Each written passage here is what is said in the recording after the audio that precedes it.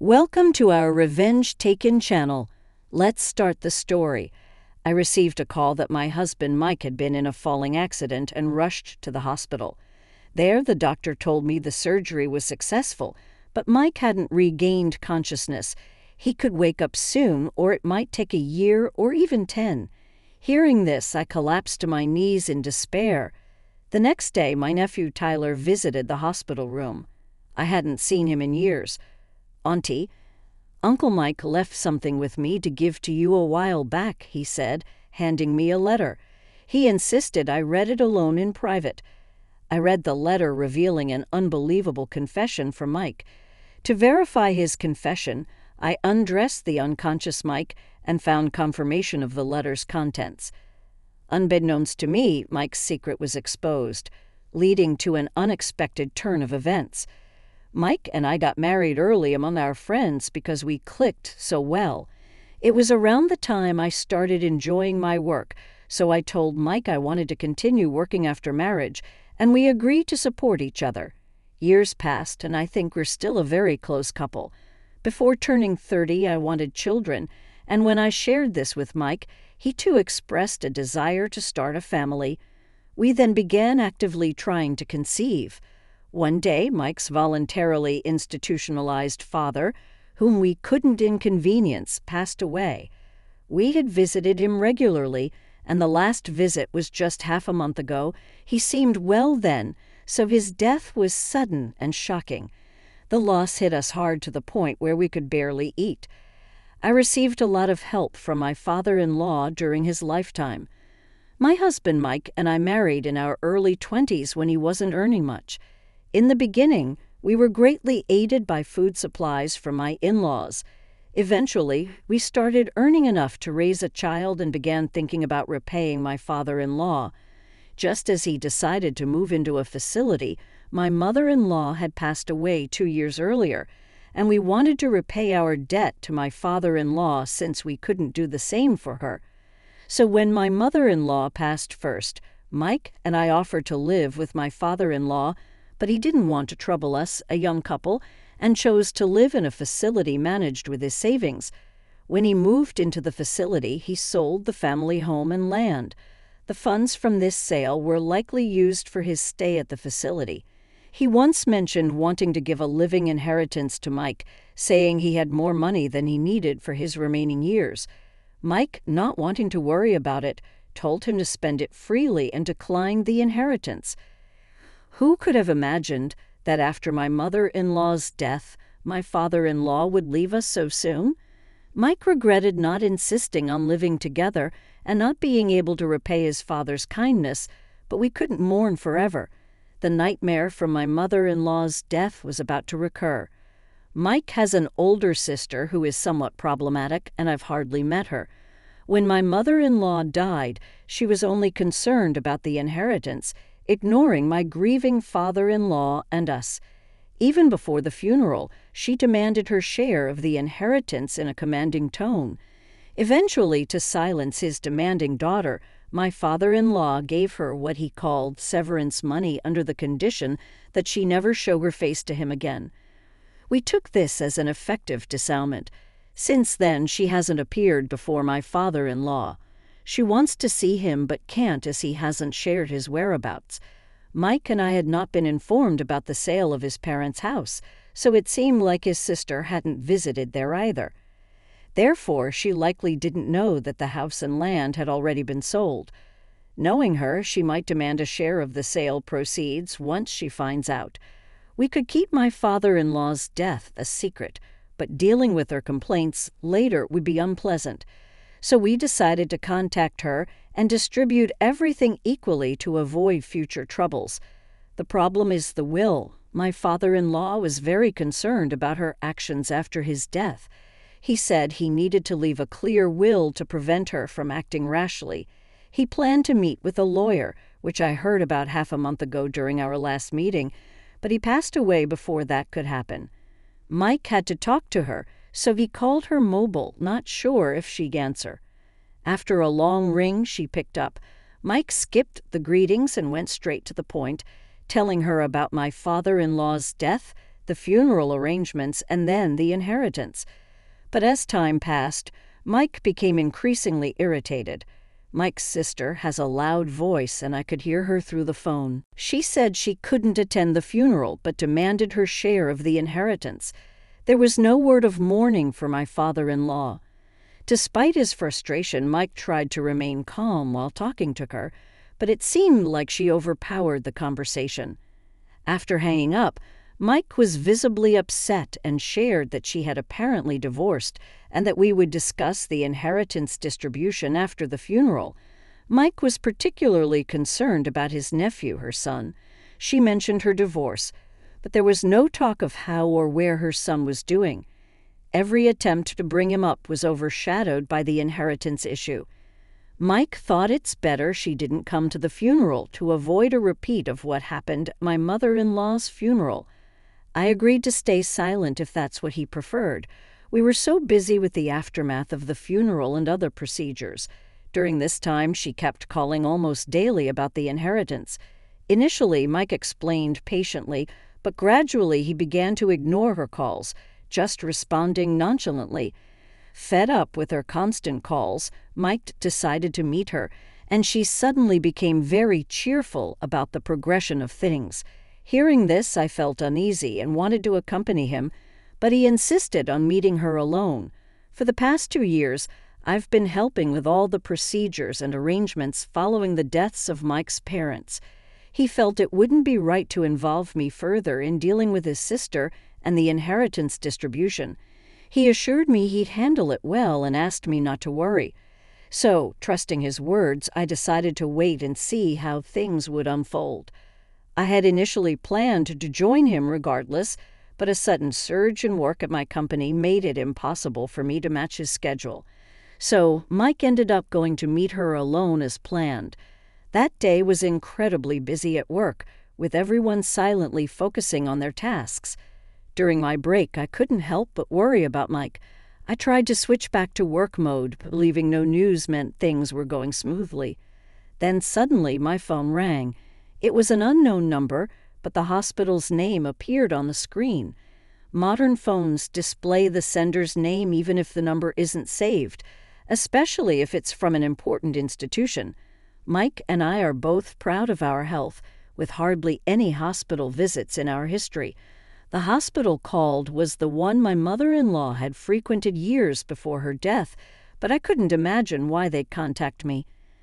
I hesitated before answering the call, but eventually I picked up. The nurse introduced herself and confirmed the hospital's name. After hearing Mike's name, she asked if I was his wife, and upon confirming, I was told that Mike had been urgently brought to the hospital. They needed me to come quickly. So I explained the situation to my boss and left work early. Upon arriving, Mike was still undergoing treatment. A nurse hurriedly explained his condition, saying he needed emergency surgery. I was asked to consent and sign various documents, which left me feeling overwhelmed and blank. Seeing me in such a state, the nurse sternly yet kindly said, "You need to pull yourself together. Your husband is fighting to live." Her words woke me up. Mike was fighting, and the doctors were working hard to save him. I slapped my cheeks slightly to regain composure and followed the nurse's instructions, signing the necessary documents. With the doctor's efforts, they said there was a high chance Mike would regain consciousness, which brought a slight relief.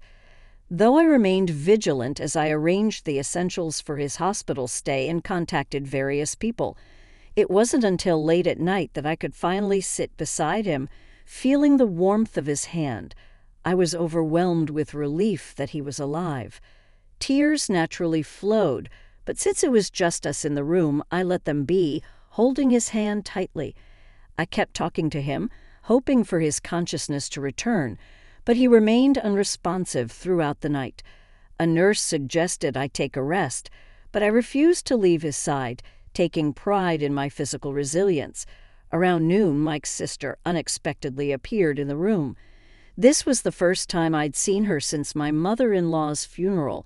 We exchanged a brief nod, but internally, I wondered why she was here. I had informed a few relatives and work colleagues about Mike's situation, but she wasn't among them. Considering the issues at my mother-in-law's funeral, I knew no other relatives were in touch with her either. In essence, she was practically ostracized by the family and our father-in-law. Why was she here? Pondering alone was a waste of time. I asked her how she knew about this hospital. It's common to hear stories about someone spotting a known person at a hospital, but I hadn't stepped out of Mike's room. It was impossible for her to have seen me anywhere else in the hospital. Does it even matter what's going on with him? Is he brain dead? Does it look like he'll make it, huh? Her assumption of brain death based on his unconscious state seemed insensitive. Wouldn't a normal reaction be to inquire about his safety or chances of recovery? She seemed to have already written off any hope of his recovery. So he hasn't regained consciousness. Guess he doesn't have long then. Since I made the effort to come here, you should at least cover my travel and meal expenses. Her attitude was infuriating. I had not invited her, and yet she had the audacity to demand compensation for her unasked visit. Struggling to keep my irritation from showing, I reminded myself that we were in a hospital surrounded by other patients and close to the nurse's station. The last thing I wanted was to cause a scene in front of Mike. I took out a bit more money than necessary from my wallet and handed it to her, anticipating her potential dissatisfaction with a lesser amount. I didn't want any further conversation with her at this moment. Seemingly satisfied with the amount, she left the room with a light step, mentioning she was going to eat. But just as she left, she stopped and called the child into the room. "You know who this is, right? My son, your nephew. I'm going to eat, so look after him for me," she commanded in an imposing tone and quickly walked away from the hospital room, her heels clicking sharply on the floor. She moved so swiftly that I didn't even have a chance to say anything to her. The boy left behind seemed hesitant at first, but then approached me with a determined look. "Hi, I have something Uncle asked me to give you." It appeared he was referring to Mike. He gestured that he wanted to speak privately, so I crouched to his level. He took something out of his pocket and handed it to me. "Uncle said to give this to you without Mom knowing," he said. "If I do well, I might be able to live with Dad. I did it right, didn't I?" I patted his head a few times, reassuring him that he had done well. The item he handed me was a letter from Mike. It wasn't a formal letter, but rather a piece of paper torn from a notebook. I hurriedly read the letter. Mike and his sister were initially supposed to meet at a cafe. However, on the day of their meeting, she suddenly called him to her house instead. Mike wrote that he suspected something was amiss and decided to document the events while watching for an opportunity. He mentioned a mysterious injury he had sustained around the time of his mother's death, which was news to me. He probably treated it himself without my knowledge. The letter made me wonder why he was bringing this up now. As I continued reading, an unbelievable story unfolded. During the disputes over his mother's inheritance, Mike once felt an odd sensation in his leg after walking through a crowd. He discovered a deep cut on his thigh, shocked. He found a utility knife in his pocket that he used for work. The blade wasn't exposed, but he figured it might have accidentally cut him. Fortunately, the wound seemed minor and likely to heal quickly, so during that busy time he chose not to tell me and took care of the injury himself. However, now his sister was implying that she was responsible for the injury. She claimed to have inflicted it in the crowd, aiming for an artery but failing. She even knew the exact location of the wound. I checked Mike's thigh while he was unconscious and found the old cut. It wasn't that I didn't believe him, but part of me hoped such a wound wouldn't exist. The thought of someone harming another for inheritance was appalling. While receiving an inheritance is certainly better than not, causing harm to increase one's share is reprehensible. However, contrary to my wishes, I found an old cut on Mike's thigh, clear evidence of his sister's malicious intent. As I felt anger bubbling up, I carefully redressed Mike and turned my attention back to the letter. Mike wrote that he was convinced his life was in danger. The hurried writing indicated he had written it while his sister briefly left the room. Oddly, she had insisted on having her son, Mike's nephew, present during their inheritance discussion. Before she was disowned, Mike had adored his nephew, and she probably remembered this. It seemed like she planned to use her nephew as bait in a tearful plea to secure a larger share of the inheritance. Mike, feeling threatened, had instructed his nephew to give me the letter if anything happened to him. He added in the letter that there was evidence in the inner pocket of his jacket. I searched the jacket he was wearing at the time of his accident. The bloodstains from the fall indicated the severity of the accident. I hadn't touched it since the nurse gave it to me, along with his other personal belongings. As instructed, I reached into the inner pocket and found a hard object. It was a voice recorder. I recalled the doctor mentioning that people usually try to protect their head during a fall, but Mike had injuries on his arms that suggested he was shielding his chest.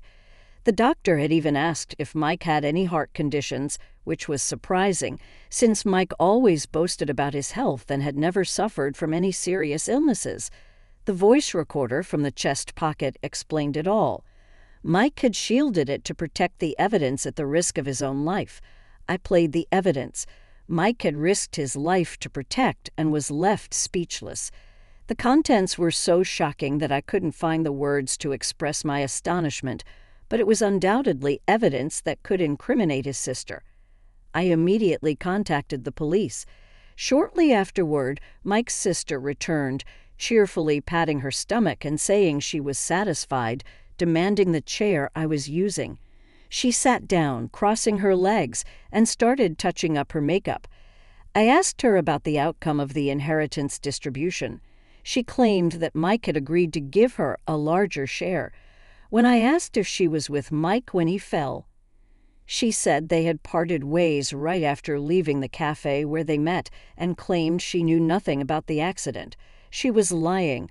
The discussion had been abruptly changed to take place at the sister-in-law's house, and all the subsequent events were captured on the voice recorder Mike had protected.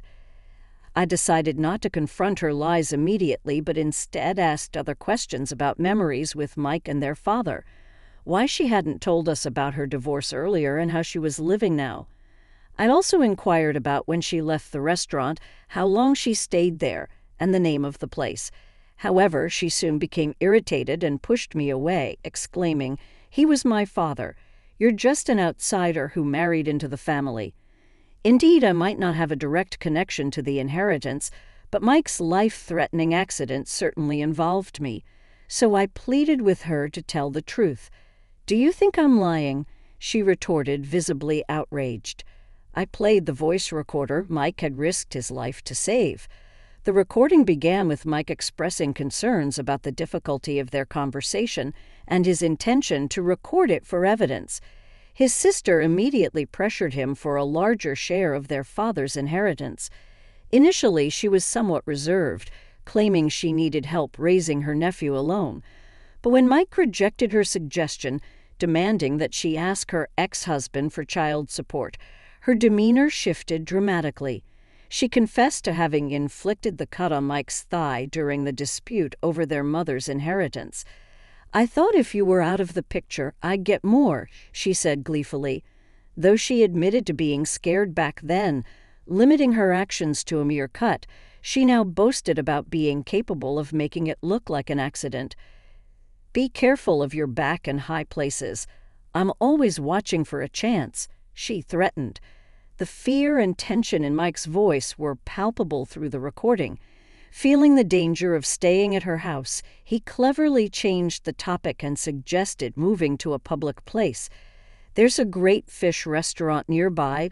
Let me treat you, sister. Why don't you get ready?" Suddenly, her demeanor shifted, and she left to get ready. In that moment, Mike quickly wrote a letter to me, entrusting it to his nephew. In a hushed voice, he mentioned the voice recorder, hoping I would find it. But just in case, he gave the letter to his nephew. After leaving her house for a restaurant, Mike treated his sister to lunch, but she remained her usual self. Upon leaving the restaurant, Mike suggested consulting a lawyer due to the deadlock in their discussion. When Mike said he was heading home, His sister insisted on accompanying him to the station.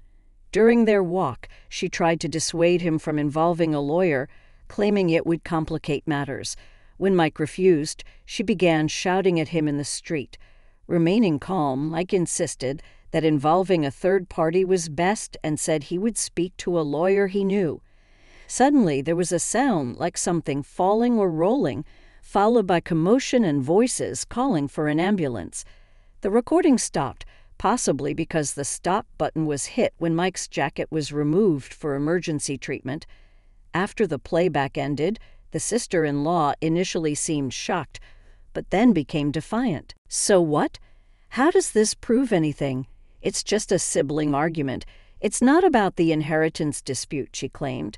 "It's about proving that Mike's fall was not an accident, but an incident." "Really? That doesn't prove anything. Are you trying to say I'm the culprit? There's no evidence that I did anything." "This is enough evidence to show the police that there's a possibility of foul play," I interjected. While the sister-in-law was away, the police had already arrived and confirmed the contents of the voice recorder. They had been waiting in hiding, anticipating her return. "Police here," she gasped in disbelief. She had always looked down on others and seemed to have a misguided confidence that she could never be caught or held accountable by the police. As the reality of her actions began to dawn on her, her previously arrogant and confident demeanor shifted to one of fear. The entrance to the hospital room was covertly blocked by plainclothes detectives posing as visitors. We were on the 4th floor, leaving no easy escape route, even if she wanted to flee. The police jumping out of a window would not end well for her. A detective entered the room, approaching the sister-in-law, who was frantically looking around with a pale face, desperately searching for an escape route. They wanted to question her since she might have been the last person with Mike, suggesting the incident was more than an accident. Maybe it was just someone who looked like me.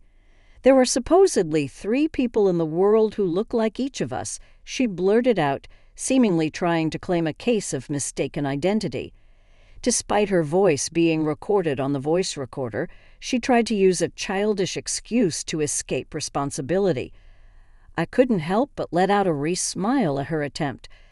The police were not swayed by her excuses, dismissing them with a nonchalant, yeah, I get it.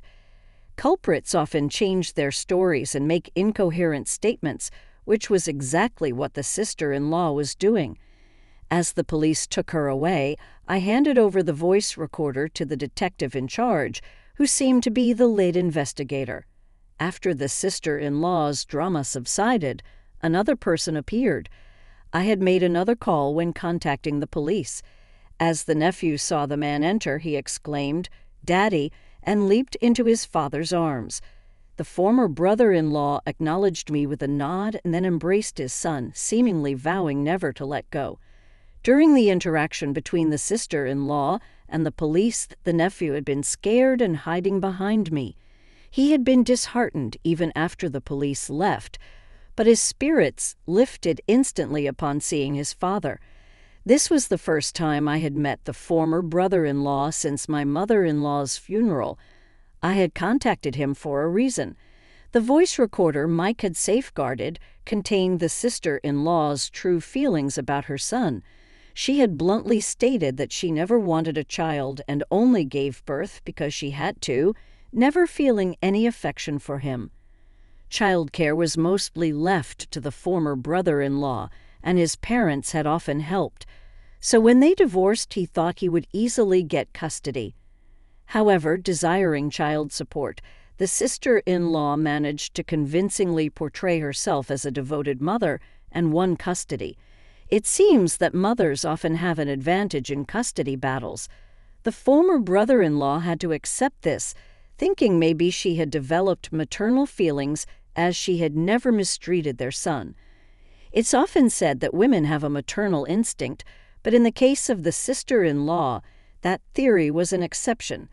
In reality, she only took custody for child support and squandered the money on herself. Her cruel behavior towards her son, such as depriving him of food and locking him in a closet, was apparently routine. Mike's letter revealed his desire to rescue his nephew from this situation, even if it meant giving up his entire inheritance. Mike's insistence on involving a lawyer was not only about the inheritance, but also about his nephew's welfare. I couldn't help but feel that behind my husband's unwavering determination, even in the face of the danger posed by his sister, there was a resolve to save our nephew.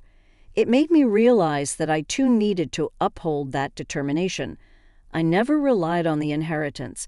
While having it is better than not, we are young and can earn our own way. I wouldn't blame Mike for giving up his inheritance, especially if it was for his nephew's sake.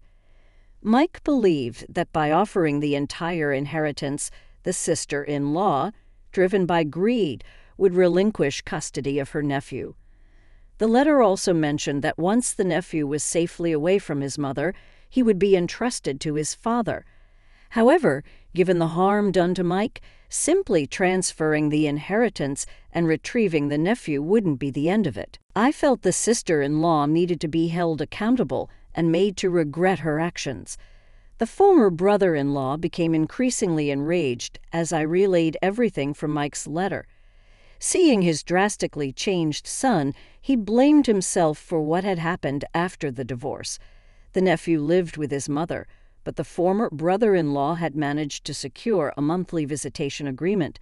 However, while the sister-in-law consistently demanded child support, she never allowed the former brother-in-law a single visitation. She continuously made excuses to refuse him access to their son. She threatened that if he persisted, he would never see his nephew again, leaving him powerless. Expressing regret for not confronting my sister-in-law sooner or secretly checking on her, her ex-husband apologized repeatedly to his nephew. He then resolved to confront his sister anew. It turns out she had already been reported, not only for the suspicious circumstances surrounding Mike's fall, but also for her mistreatment of the children. Youth Division arrived, expressing a desire to hear from the nephew. You as a guardian was required. My ex-brother-in-law accompanied him, and I was asked to join as well. Mike's recovery is uncertain. He might regain consciousness in an hour or even a year. Given the urgency of the nephew's situation, prioritizing him seemed the right choice. At the police station, a confrontation occurred between my ex-brother-in-law, who was accompanying his nephew, and Mike's sister, still just a person of interest at that point. In a moment of distress, or perhaps stupidity, she began to make outrageous accusations. It was him. This man told me to do it. He's a demon. I'm the real victim here, seduced by a demon into marriage. She hysterically labeled her son as a child of a demon. Her ex-husband couldn't stay silent. What do you mean, child of a demon? Stop harming the kid further after pushing Mike down and continuing your excuses. Blaming others makes you the real demon. Despite his brother's logical argument, she wouldn't stop threatening. I'll make you suffer the same fate. Everyone at the police station looked disdainfully as she was dragged away by the police. Given the risk she might harm others, she was detained. The investigation quickly advanced when surveillance footage from a shop near the staircase at the station entrance, where Mike was pushed, showed her making a pushing motion. Although the camera angle didn't confirm the push, the detective assured they would get a definitive confession. With the sister-in-law in custody, the focus shifted to the nephew's custody. Based on her recorded statements and the nephew's account, it was decided he should stay with my ex-brother-in-law. The nephew was overjoyed to live with his dad, who, along with his parents, was ensuring a comfortable life for him. After the police interrogation, I returned to the hospital resolved to stay by Mike's side until he regained consciousness. But the next morning Mike regained consciousness. Though there was no concrete proof yet, when told Mike's sister was being questioned by the police, he said he had something to tell the detective. Following Mike's request, we got the detective to come over. Mike told the detective that he was pushed from behind by his sister and said that her fingerprints, or rather her handprints, must be clearly on the jacket he was wearing at the time. The forensics confirmed her handprints on the jacket, along with clear fingerprints.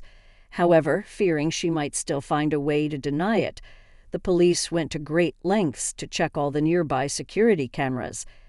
Additionally, they appealed to the public for information. Someone who was filming nearby contacted them, saying their footage might have captured the altercation. The person checked their footage after realizing an incident had occurred and found it clearly showed the sister-in-law pushing Mike. Confronted with undeniable evidence, the sister-in-law was defeated and arrested without resistance. After some recovery, Mike, through his lawyer, demanded compensation and medical expenses from her. But her bank account was empty, and she owned nothing of significant value. Even her beloved brand bags were all fake, bought from dubious sources. When asked for compensation, she simply said she had nothing to give. Mike then proposed splitting his father's inheritance equally and later managed to collect the compensation and medical expenses when the inheritance was distributed. Although most of the inheritance went towards Mike's payments, a small amount did end up with the sister-in-law. However, all the money was used for legal fees for the crimes she committed, and now it seems there is hardly any money left in her account. This was because the sister-in-law, being selfish and not very bright, would end her contract with any lawyer who said something inconvenient for her, even if they were in the middle of an investigation. Since retainer fees are non-refundable, her money kept dwindling as she repeatedly fired lawyers.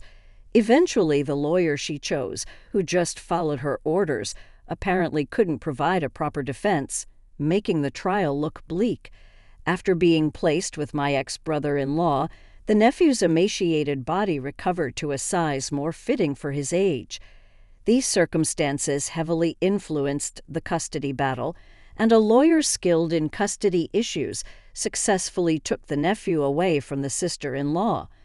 They argued that proper upbringing was impossible under the sister-in-law due to her parenting style and the severity of her crimes, emphasizing how much my ex-brother-in-law loved the child. They showed that the nephew wanted to live with him and took into account the care he received after Mike's sister's arrest, smoothly securing custody. Now I hear they are living peacefully with my ex-father-in-law and his parents. Sometime after Mike was discharged and returned to normal life, I started feeling unwell. Worried it might be due to the strain of looking after him, I went for a checkup and found out we were expecting a new life.